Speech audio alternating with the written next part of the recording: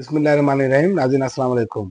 नाज़रीन, आप देख रहे हैं मेरी राय चैनल। आज हम बात करेंगे इमरान खान और इनकी क़ियादत और जुल्फ़िकार अली भुट्टो और उनकी क़ियादत और तारीख़ का सबक और इनमें जो मुमासलतें हैं वो क्या है। सबसे पहले हम बात करते हैं पाकिस्तानी तारीख़ जो है अलमी और सबक आमोज़ वाक़यात से भरी हुई है। यहाँ पर हर बड़े लीडर के गिर्द एक मखसूस खेल खेला जाता रहा है।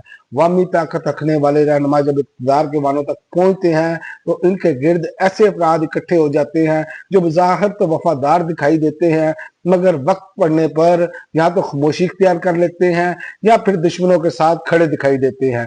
यही खेल जुल्फ़िकार अली भुट्टो के साथ खेला गया और यही खेल अब इमरान खान के गिर्द जारी है। भुट्टो की कहानी आप सुन लें कि एक अवामी लीडर की जो तन्हाई है वो कैसे हुई। जुल्फ़िकार अली भुट्टो भी पाकिस्तान के मकबूल तीन रहनुमाओं में शुमार होते हैं। 1970 की दहाई में वो अवाम की उम्मीदों का मरकज बने। रोटी कपड़ा और मकान का नारा लेकर उन्होंने गरीबों और मजदूरों को आवाज दी और उन्हें पहली बार रियासत के मरकजी दायरे में शामिल किया। मगर भुट्टो के खिलाफ स्टैब्लिशमेंट और आलमी ताकतें मुतहरक हो गई। अमेरिका से तल्लुकात में कशीदगी आई, एटमी प्रोग्राम पर जोर और अंदरूनी सतह पर ताकत के मराकज को चैलेंज करना इनके खिलाफ एक बड़ा महाज खड़ा कर गया। लेकिन भुट्टो की असल कमजोरी इनके अपने करीबी साथी साबित हुए। पार्टी के अंदरूनी इख्तिलाफात बढ़ते गए और जब जनरल ज़ियाउल हक ने मार्शल लॉ नाफिज किया तो वही क़यादत जो हर वक्त भुट्टो के गिर्द वफादारी के दावे करती थी, मुश्किल वक्त में पीछे हट गई। नतीजा ये निकला कि भुट्टो अपनी मकबूलियत के बावजूद जेल की कोठरी में अकेले रह गए। बिलाखिर एक ऐसा अदालती फैसला आया जिसे आज भी अदलिया की तारीख पर धब्बा कहा जाता है। भुट्टो की जिंदगी और मौत का सबसे बड़ा सबक यही है कि अवामी रहनुमा को अपनी क़यादत पर अंधा एतमाद हो जाए और वक्त पर बेवफा नासर को लग ना कर सके तो इसकी मकबूलियत भी इसे बचा नहीं सकती। तो आते हैं अब इमरान खान के गिर्द भी इसी तरह का घेरा तंग किया जा रहा है।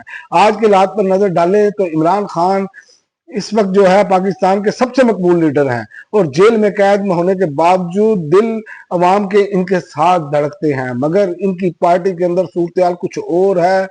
कई रहनुमा या तो खामोश हैं या पसे पर्दा एस्टेब्लिशमेंट से मुफाहमत की राह तलाश कर रहे हैं। कुछ रहनुमा ऐसे हैं जिनके बारे में कारकुनान ये समझते हैं कि ये वक्त आने पर पार्टी को बेच भी सकते हैं और ऐसी फजा में सबसे बड़ा खतरा इमरान खान की जान को भी लाहक हो सकता है। तारीख यही बताती है जब क़यादत कमजोर या दोगुनी हो जाए तो दुश्मन के लिए लीडर को निशाना बनाना आसान हो जाता है। यही वजह है कि बाद तजिया निगार आज ये बात कहने पर मजबूर है कि अगर इमरान खान ने वक्त पर अपनी पार्टी की आला क़यादत को साफ ना किया तो वो खुद जुल्फ़िकार अली भुट्टो की तरह अकेले रह जाएंगे। क़यादत का किरदार जो है वो क्या है। पाकिस्तान तहरीक इंसाफ के कई रहनुमा ऐसे हैं जिन्होंने 9 मई के बाद खुलकर खान का साथ नहीं दिया।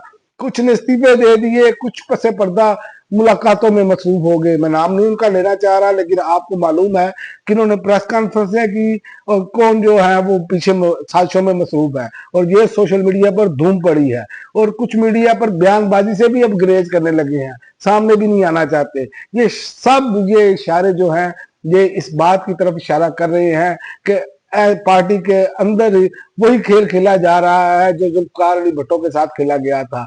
याद रखिए, एक लीडर की ताकत सिर्फ अवामी जलसों में नारे लगाने वाले कारकुन नहीं होते, बल्कि वो करीबी क़यादत भी होती है जो मुश्किल वक्त में इसके साथ खड़ी हो। अगर ये क़यादत कमजोर हो तो दुश्मन के लिए लीडर को अलग थलग करना आसान हो जाता है और आप देख रहे हैं मुसलसल कोशिश की जाती है कि उनको अलग थलग रखा जाए। ये तो अलीमा खान साहिबा जो उनके घर की खवातीन हैं, बहनें हैं, वो मिलती हैं तो उनका पैगाम बाहर आता है तो लोगों में एक जोश बढ़ता है। और इमरान खान की जुल्फ़िकार अली भुट्टो के साथ मुमासलतें और फ़र्क ये मैं आपको बताता चलूँ कि भुट्टो और इमरान खान के दरमियान कई मुमासलतें हैं। दोनों अवाम में मकबूलियत के हामिल रहनुमा हैं।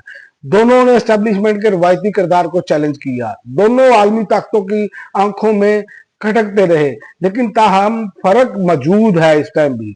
भुट्टो के दौर में मीडिया महदूद था, अवाम की आवाज को दबाना निस्बतन आसान था। इमरान खान के पास सोशल मीडिया का सहारा है जो कि इमरान खान खुद भी कह चुके हैं, जो इनकी आवाज को दबाना मुश्किल बना देता है। मगर ये सारा सहारा भी तब तक कारआमद है जब तक पार्टी के अंदर वफादारी कायम रहे।